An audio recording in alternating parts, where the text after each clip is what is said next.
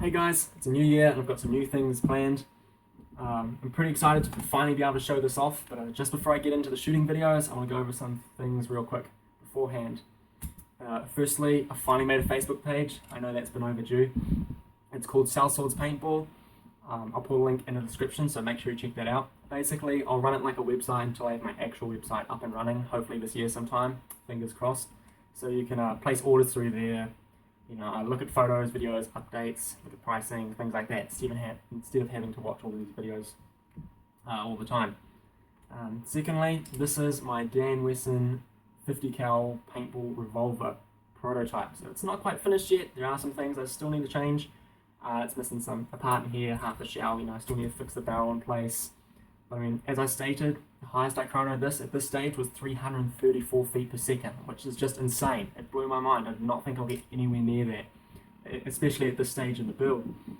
I mean, when it's finished, I reckon it will be shooting around 350 to 380 feet per second. With some fine tuning and some velocity adjustment, I reckon it'll hit over 400 feet per second.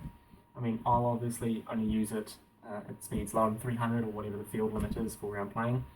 But I mean, shooting at even just in your backyard, shooting at 400 feet per second, the 50 cal round will go about 120 feet, compared to 150 feet of a 68 caliber round shot at 300 feet per second. I mean, who knows? 50 cal shaped projectiles might come out. I mean, we've seen a prototype. I mean, nothing's confirmed that I know of, but if it did, there would be quite an effective piece.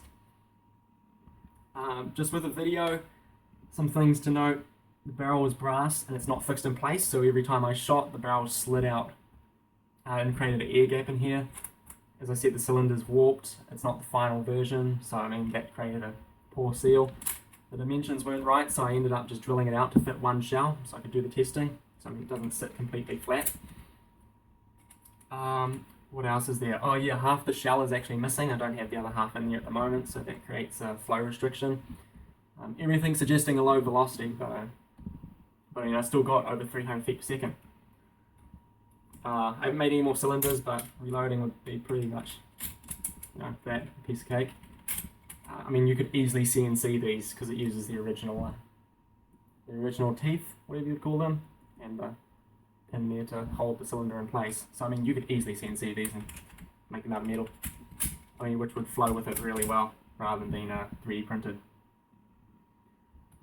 Yeah, that's pretty much it. This isn't for sale at the moment.